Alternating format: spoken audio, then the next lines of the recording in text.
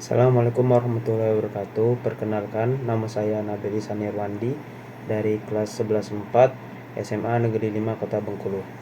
Hari ini saya akan menyampaikan hasil resensi saya tentang novel Matahari karya Terelie. Untuk identitas buku ini berjudul Matahari dengan penulis Terelie. Tahun terbitnya itu 2016. Untuk penerbitnya itu Gramedia Pustaka Utama dengan jumlah halaman sekitar 390 halaman. Novel ini menceritakan lanjutan petualangan dari seri buku Terelie sebelumnya, yaitu Bumi, yaitu 3 sahabat bernama Ali, Raib, dan Seli. Adalah seorang pemuda yang jenius dan penasaran menemukan portal menuju ke dunia paralel ketiga, yaitu dunia matahari. Dunia ini berbeda dari bumi, bulan, dan bintang karena peradabannya lebih maju secara teknologi, namun sangat tertutup. Kemudian cerita ini diawali dengan duka mendalam yang dirasakan oleh Raib. Raib itu adalah MC dalam cerita ini. Raib, Sally, dan Ali atas meninggalnya sahabat mereka bernama Ili dalam pertempuran di klan Matahari. Sepulangnya ke klan Bumi, mereka kembali menjalani kehidupan sebagai pelajar biasa dengan rutinitas yang membosankan. Merasa jenuh, Ali mulai menelusuri informasi tentang klan Bintang yang akhirnya menemukan lorong kuno yang diyakini dapat membawa ke sana.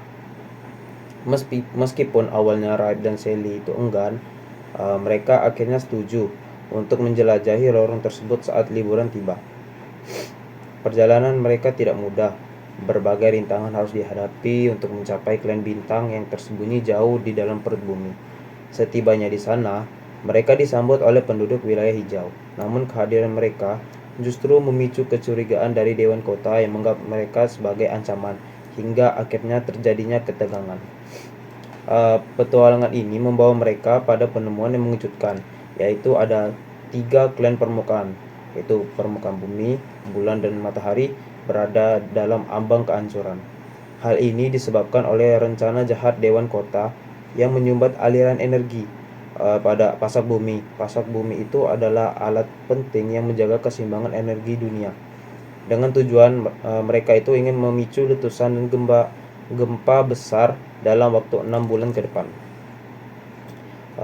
Kemudian tanpa membuang waktu, Raib, Sally, dan Ali segera menuju ke klan bumi untuk menemui Ivy dan Miss Selena guna memperingatkan mereka tentang ancaman besar yang akan datang. Berbeda dengan beberapa buku sebelumnya, Matahari ini menawarkan nuansa yang lebih ilmiah dan logis. Di sini, Terelie menyajikan berbagai konsep fisika dan sains populer, seperti energi, gravitasi, hingga teknologi canggih. Namun semua ini dibalut dengan narasi yang ringan dan mudah dicerna, bahkan oleh para pembaca muda. Kemudian untuk menurut saya kelebihan dari novel Matahari karya Terelie ini, yang pertama itu alur ceritanya menarik dan alur cerita yang fantasi yang menarik. Novel ini mengusung petualangan ke dunia paralel yang dipenuhi teknologi canggih dan misteri, sehingga membuat pembaca penasaran dan terus mengikuti cerita sampai akhir. Kemudian yang kedua itu pendalaman karakter yang kuat. Tokoh utama seperti Ali, Raib, dan Sally digambarkan memiliki karakteristik jelas dan kuat, sehingga pembaca itu bisa terhubung secara langsung secara emosional dengan mereka. Terus yang ketiga itu bahasa yang ringan dan mudah dipahami. Gaya bahasa Terelie dalam novel ini mudah dicerna sehingga cocok bagi kalangan baik dewasa maupun muda, dengan dialog yang hidup dan narasi yang mengalir. Kemudian yang keempat itu digambarkan dengan imajinasi tinggi dan inovatif.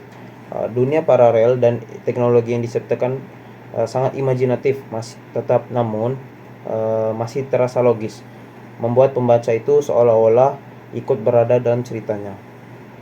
Kemudian kekurangan menurut saya dalam novel Matahari ini, yang pertama itu fase alurnya yang bisa dibilang cukup lambat saat di awal.